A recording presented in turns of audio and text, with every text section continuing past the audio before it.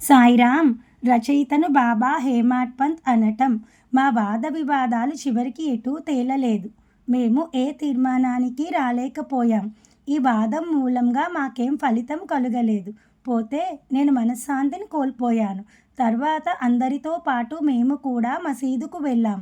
అప్పుడు బాబా కాకా సాహెబ్ను ఏదో అడిగాడు. అవును, వాడాలో ఏం జరుగుతుంది? ఈ వాదోపవాదాలు దేనికోసం? మరి ఈ హేమాడ్ పంత్ అంటున్నదేమిటి అని అడిగాడు. అలా అడుగుతూ బాబా నా వైపు సూటిగా చూశాడు. వాడాకు మసీదుకు చాలినంత దూరం ఉంది. మరి బాబాకు మా వాదోపవాదాల విషయం ఎలా తెలిసింది? నేను పరమాశ్చర్యంలో మునిగిపోయాను.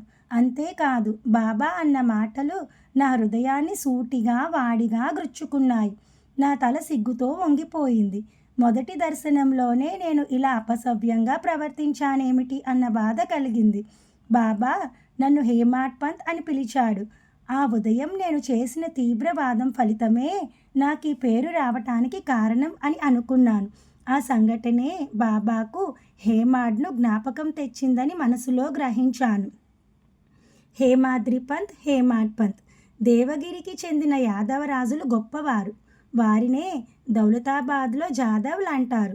వారు 13వ శతాబ్దానికి చెందిన రాజులు. ఆ రాజుల్లో మహదేవన్ రాజు ఒకరు. అతనికి హేమాద్రి అనే మంత్రి ఉన్నాడు. అతను బహుగుణశాలి, సర్వసులక్షణుడు. అతని మంత్రి అయిన హేమాద్రి ధర్మశాస్త్ర రచయిత కూడా.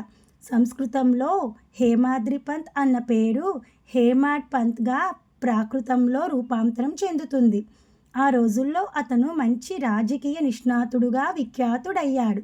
మరాఠీలో కూడా హేమాడ్ పంత్గానే వికృతి చెందింది ఆ పేరు. కానీ అతనిది వత్సగోత్రం, మాది భారద్వాజ గోత్రం. అతను పంచప్రవరుడు, మేము 3 ప్రవరులము. అతను యజుర్వేది, మేము ఋగ్వేదులం. అతను ధర్మశాస్త్ర పారంగతుడు, నేను మూఢమతిని. అతను యజుర్వేదీయ మాధ్యందిన శాఖకు చెందినవాడు, మేము ఋగ్వేదీయ శాఖకు చెందినవారం. అతను ధర్మజ్ఞుడు, నేను వాచాలుడను. అతను పండితుడు, నేను మూర్ఖుడను, అకుశలుడను. ఇలాంటప్పుడు నాకు తగని ఆ బిరుదు నాకెందుకు మరి? అతను రాజకీయ దురంధరుడు, నేను అల్పమతిని, మందబుద్ధిని. అతను రాజ్య ప్రశస్తి రచయిత, అదొక సంస్కృత మహాకావ్యం. నేను ఒక్క పద్యాన్ని, ఓవిని కూడా రాయలేని అసమర్థుడను. అతను రచనా కళాభిజ్ఞుడు, నేనొక అజ్ఞానిని, మూఢుడను. అతను ధర్మశాస్త్ర విశారదుడు, జ్ఞాని, నేను అల్పజ్ఞుడును. గోరా కుంభార్, చోకా సాంబతామాలి, నివృత్తి జ్ఞానేశ్వర, నామదేవ ఇలాంటి భాగవత ధర్మ ప్రవర్తకులు ఉదయించిన కాలం అతనున్న కాలం. పండిత భూపదేవుడు లాంటి విద్వన్మునులు వెలిగే సభామండపంలో హేమాడ్ పంత్ తన ఆసనం గ్రహించేవాడు. ఆ రాజకీయ చతురుడు పండితులు, విద్వాంసులు, మేధావులు మధ్య పేరుగాంచాడు.